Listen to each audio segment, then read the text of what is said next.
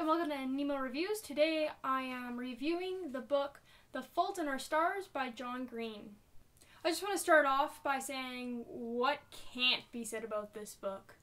It's honestly one of the best books I've ever read, with the possible exception of Jonathan Stroud's Bartimaeus series, which I really love, but I haven't reread those in a while, so that could just be my childhood self being, no, you can't beat Bartimaeus.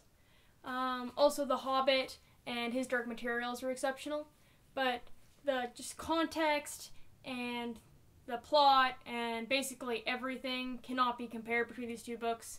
They're just too different. This book is really, really character driven, and if you get into the character and you get into the story, John Green will just take you on an adventure. You'll laugh, you'll grin, you'll fall in love, and then you'll bawl for 2 hours. Or at least that's what I did. But even as I was crying and bawling and there's tears running down my face and my eyes were getting blurry, I just kept reading because the story was just so real and it just drew me in, and I just kept going on this roller coaster ride that was Hazel's life, and it didn't just go up, it went up and down like a freaking sine wave. So that even while I was crying, I was still laughing. It was really great, emotional, good. The foreshadowing in the story is just done magnificently. It's genius. The use of Hazel as the sole narrator was just brilliant, because you take her words and thoughts at face value. It's just lends itself to the story really, really well. It's really honest and wonderful, and it makes the world extremely real within this book. And while it's wonderfully solid, it's also just really unpredictable. The things that come and the tosses and turns that come through this life. There's just things that happen that you can't control, that you couldn't expect. This aspect of not knowing what was going to happen right away was just splendid.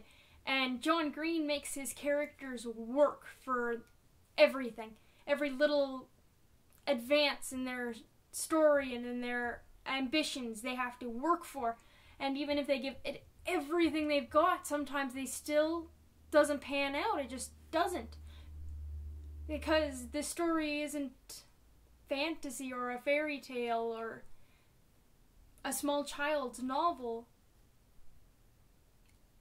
It's echoing real life, and in real life, you can try as hard as you can, and sometimes it just doesn't happen. The two main characters, Hazel and Augustus, are both very strong. Hazel's voice as the narrator is really great, just because of her tone and her quirks and her thoughts. It's both unique and interesting, and it makes you want to keep reading, because this person is so fascinating, and you just want to pick their brain apart and figure out how they think and see the world. And Augustus is foiled against Hazel in the most beautiful way, where they're not just bickering all the time like in most novels. See Ron and Hermione and Harry Potter. That's all they do is fight. Instead, their disagreements are on a more molecular level. Their beings just aren't compatible with each other, and it makes them bring out the best in each other in a respectful way, and their discussions are really, really fascinating. And this isn't the only really powerful and strong relationship in the story, which is an exception to a lot of books, because it wasn't just the two main characters' relationship that matters. All of the characters' relationships matter. Hazel and Augustus, of course. Augustus and Isaac as well, though. Isaac with Hazel, Isaac with Monica. Hazel's parents, Augustus's parents. Patrick with the rest of the kids. And I think what's the most interesting is that at the end of the novel, almost none of these relationships are the same as at the beginning of the novel. Hazel's relationship changes with everybody as her perspective changes of this person, or she gets to know them better. There's unexpected wisdom from foolish characters, and the opposite is true too. This changes her perspective of people. And while most of these characters aren't playing the fool, as her relationships grow or fade, that character's relationship with her changes. and it's just really brilliant. There simply is an astounding amount of truth to the story and the characters themselves. Plot, characters, setting, voice, story, metaphor, symbols. It's just this novel has it all.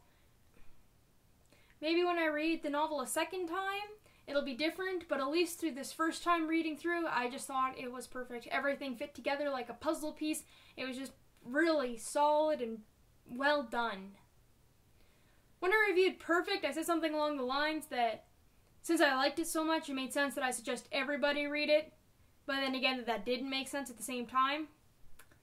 For this novel, I think it makes sense. This is just a story that everybody should read, as long as they're over a certain age, maybe 13 or so, because there is a lot of mature content in it. Some of this mature content is happy. There's love and family, friendship and relationships. But for every happy topic, there's an unhappy one. Illness, dying, death, breakups, disability. It's an all-encompassing book. You should read it.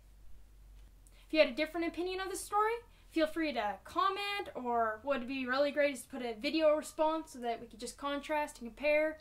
If you thought this story was as splendid and awesome as I did, then maybe you should comment down below and give me a book to review, because we might have similar tastes in novels. Same goes if you didn't like it, because if you thought there's this other book that's so much better, then I'd love to be able to read it.